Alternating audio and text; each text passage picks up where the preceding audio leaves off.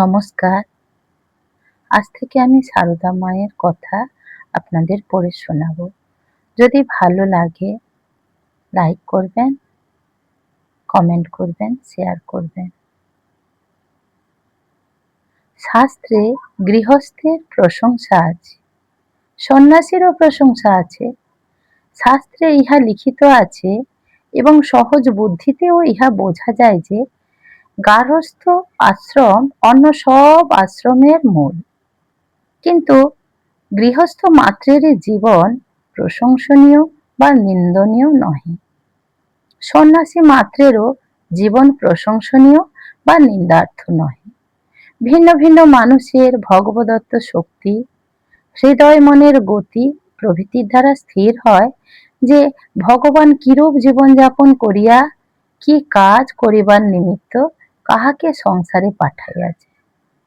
যিনি যে আশ্রমে আছেন তদুচিত জীবনযাপন করেন কিনা তাহা বিবেচনা করিয়া তিনি আত্মপ্রসাদ বা আত্মগ্লানি অনুভব করিতে পারেন।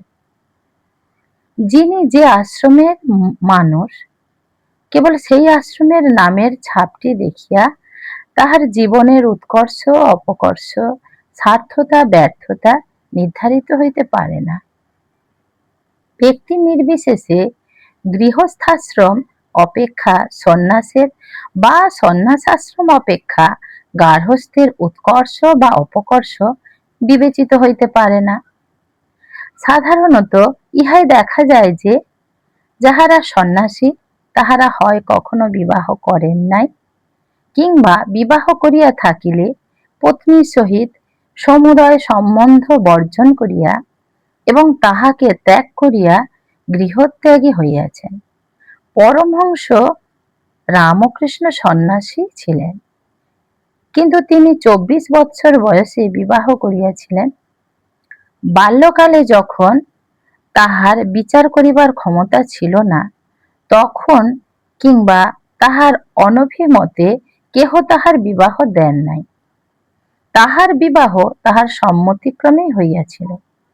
তাহার জীবনচরিতে লিখিত আছে যে তাহারই নির্দেশ অনুসারে পাত্রী নির্বাচন হইয়াছিল, কিন্তু তিনি একদিকে যেমন পত্নী লইয়া সাধারণ গৃহস্থের ন্যায় ঘর করেন নাই, তাহার সহিত কখনো কোনো দৈহিক সম্বন্ধ হয় নাই, অন্যদিকে আবার তাহাকে পরিত্যাগও করেন নাই, বরং তাহাকে নিকটে রাখিয়া স্নেহ উপদেশ ও নিজের দৃষ্টান্ত দ্বারা তাহাকে সহধর্মিণীর মতো করিয়া গড়িয়া তুলিয়াছেন। ইহা তাহার জীবনে এক বিশেষত্ব। কিন্তু বিশেষত্ব কেবল রামকৃষ্ণের নহে, তাহার পত্নী সারদামণি দেবীরও বিশেষত্ব আছে বটে।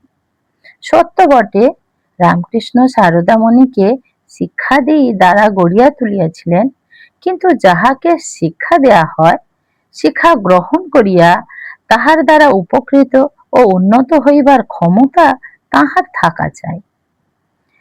একই সুযোগ্য গুরুর ছাত্র তো অনেক থাকে, কিন্তু সকলেই জ্ঞানী ও সৎ হয় না। সোনা হইতে যেমন অলংকার হয়, মাটির তাল হইতে তেমন হয় না।